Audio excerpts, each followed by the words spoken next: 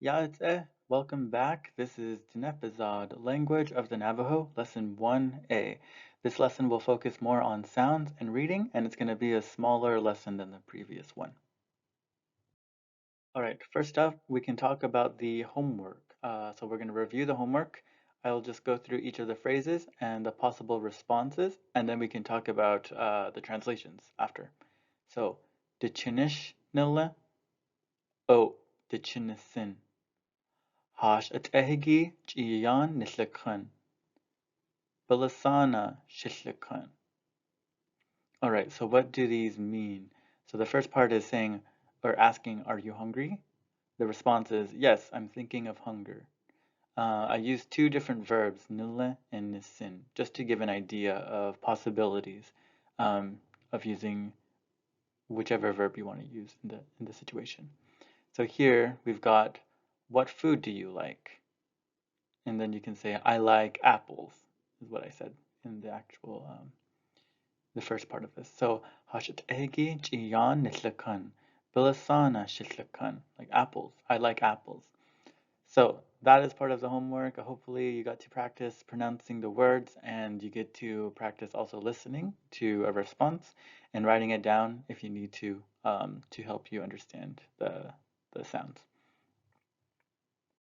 Okay, let's look at different forms of the verbs that we just used in the homework. So we have nishle, nisin, shishlakan. All right, so these are all conjugated for I. So the first person singular, I. So I am nishle, I think or I want, nisin. And with me, shish is delicious, shlakan. So this one you'll say like, for example, apple. So an apple is delicious with me, for example. Bilasana shishlakan. So these are all for the first person, for I. And notice we have sh, and here we have s. So again, this is a variation of the first person. So this also just indicates I. And they occur in the middle of the word usually, right? So then you'll see these markers in the middle of the word, except for in this case, because this is a post position. This is actually not a verb, but in the cases of verbs, it happens in the middle, basically right before the verb stem, which is the final syllable. But we'll talk more about those things later on. Here we've got for you. So for example, you are one person, not two, not three or more. So keep that in mind. It's one person and it's directed to the second person. So you. Nille, nille versus nishle. Okay. Here we have ninazin. You think or want. Nishlakan. With you is delicious.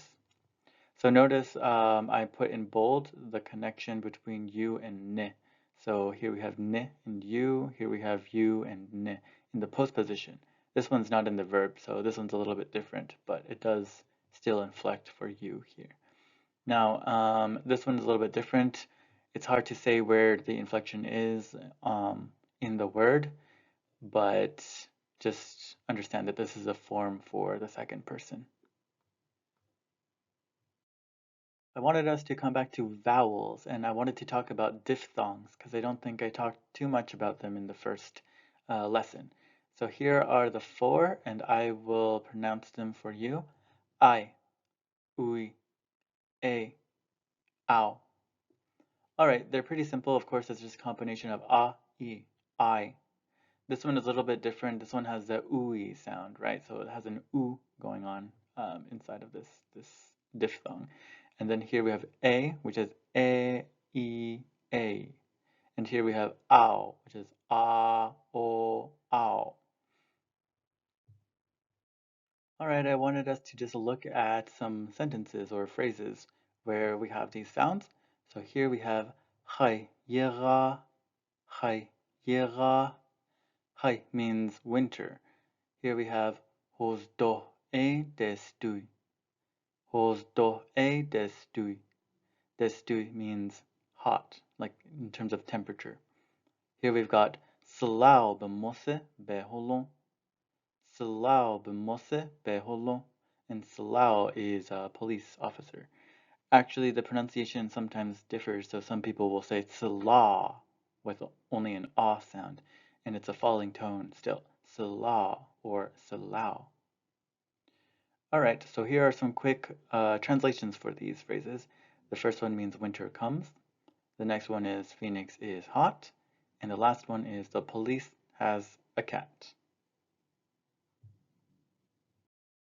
All right, so we have a bigger phrase here, well, a bigger sentence, and I want to use this opportunity to let you practice. Go ahead and look at the words and try your hardest to practice each of these words. I'll give you a few seconds and then I'll come back.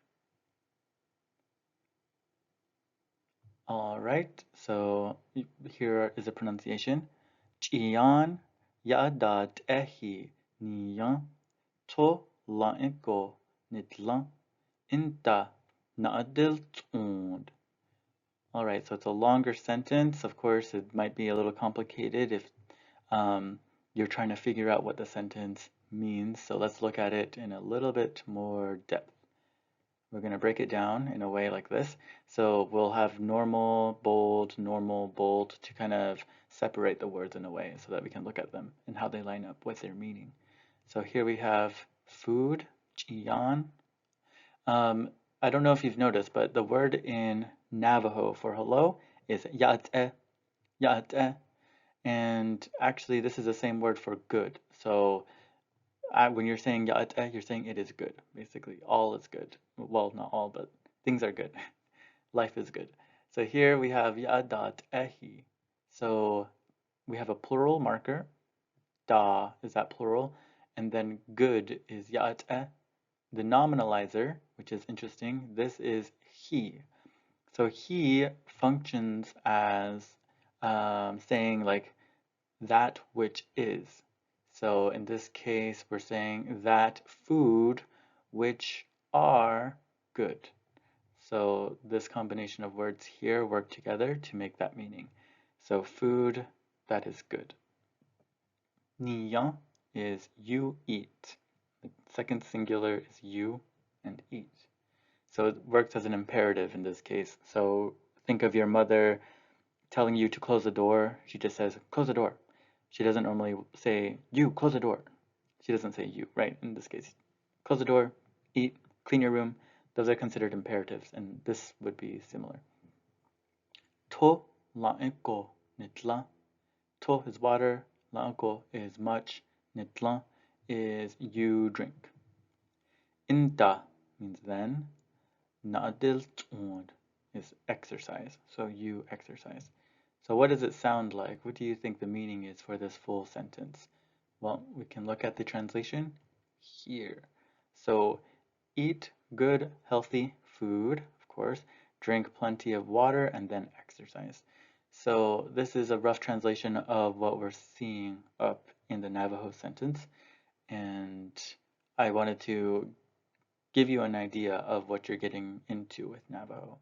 It's a good way to practice reading, but also I know sometimes when you read something, you're going to want to know what you're reading, right? So this is an opportunity for you to look at the sounds and also the meaning and the structure. All right, so we have some reading practice for you. Here's some text, and I'll leave it to you to practice the pronunciation for these words on your own, just to give you an idea of what it's like to read in Navajo. So hopefully you'll have fun with it, and I'll go over these words in the next lesson. All right, I just wanted to show references on where I get some of my material. So gloss.com is obviously a good way to see some words in context, and it's what I tend to go to often for to check certain words and how they interact with a sentence. And then we have Young and Morgan Navajo Dictionary, 1987. That, of course, not everyone has access to this dictionary. It's quite expensive, or they probably only are available at schools on the reservation. So if you have access to it, then that's great. But if you don't, you can try to find your words on gloss.com or other types of online Navajo dictionaries. And that is it for this lesson. Ahiahe, thank you so much again for the support.